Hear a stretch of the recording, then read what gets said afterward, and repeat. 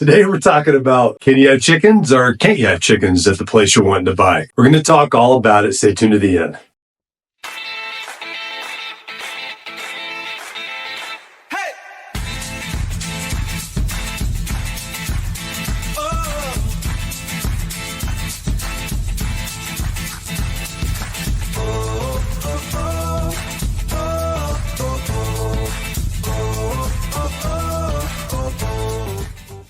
Hey guys, really quick before we get to meat and potatoes of this, just want to say if you got any kind of real estate questions whatsoever, please do not hesitate to call my team and I. We are your local mountain real estate experts, the James Mountain Homes team. You can call us and text us at 719-266-2725. You can also email us at info@jdmurrayt.net. We are here to help. We are here to answer those questions. Please don't hesitate to reach out. Hey, so today guys, we're talking about what I think is kind of a funny subject, but it gets asked all the time. You'd be surprised. It doesn't matter if you're down in Colorado Springs or if you're all the way out in Florissant or Lake George.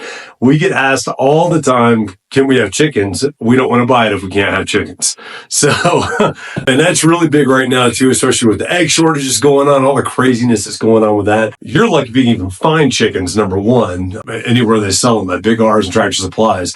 My wife and I always get chickens every year during the summertime because we like the insect control from them. We don't necessarily like all the egg laying. We just like all the insect control from them. We can't even find them right now. So they just get sold out so quickly. But this is a big topic that we get a lot of folks that come out here, especially when they're looking at buying something up in the mountains, but not just the mountains. It can happen down in Colorado Springs as well. So I want you guys to first of all know and understand, not every property that you purchase allows chickens. Now, when you're sitting there and hearing that, you might be thinking, well, nobody dictates whether I can have a cat or dog if I don't live in an apartment complex.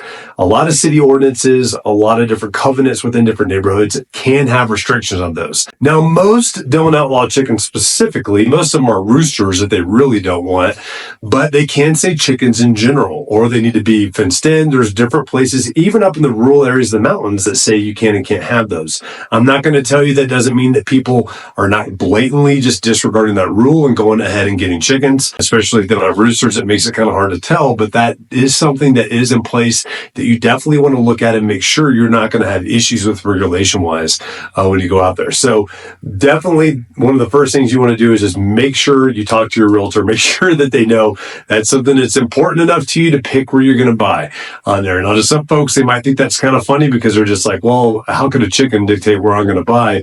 If you've got options, then you obviously want to make sure you're picking the options that are best for you. We'll just leave it at that. But chickens in general, sometimes can be limited by the number. Sometimes it can be limited by sex. And you can decide which sex you want when you're picking them out at a Tractor Supply Big R. They actually do have sex chickens. They got the pullets that come out, which are supposed to be all hens. If it's a straight run, count on a lot of roosters coming out of that. Ask me how I know. It's all from experience on there as well. But certainly things to look at. It is not a guarantee you're not going to have the rooster that pops in there too. But in general, you want to make sure that first of all, the place allows them. Secondly, you got to make sure you got the ability to actually house them safely for them so that they're not just freezing overnight, because we do get some pretty dramatic temperature swings out here. Plus, we have all the wildlife and everything else.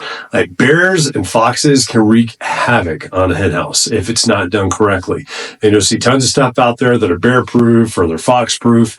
You're going to have to definitely get a little creative with taking care of some of that stuff because, boy, the bears are out and they love their chickens. So just be really, really careful with that as well, because it definitely will attract some bears that then now know that, hey, there's chickens out here. They're going to come in and they're going to wreak havoc on your flock. But chickens are a cool thing to have, especially if you need insect control. Like for us, with the amount of horses we have and the manure that we have, we've got lots of flies. So the chickens really help dramatically with the fly control within our area and within our barn and within our ranch that we've got as well. So that's one of the biggest reasons. Plus to get eggs and stuff like that pop out too. Now they've got different types of chickens for different features, different things. You got some chickens that are more hardy for being out here in this colder climates in the wintertime, or if you're up in the mountains as opposed to down the front range. Some chickens are just pure egg layers and they're going to pop out a ton of eggs.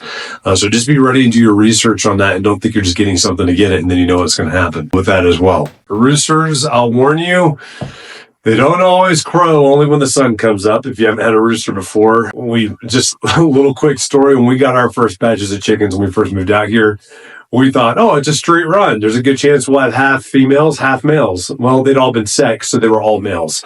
And we ended up with 6 roosters, and it was just a matter of time before it was like, I cannot handle these things crowing every single time they see headlamps in the middle of the night. When it's 2 a.m, and they see headlights on a car, and they think the sun's coming up, and they start crowing.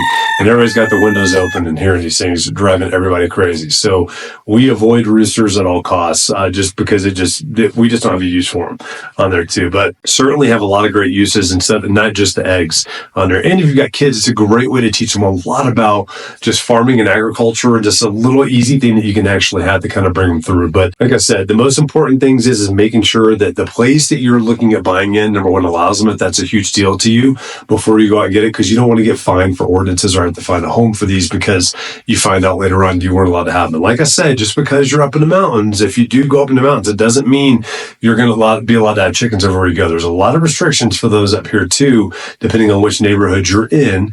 Most of them, like I said, is rooster based, but you could have just complete restrictions that says no chickens whatsoever. And those are always listed in the covenants.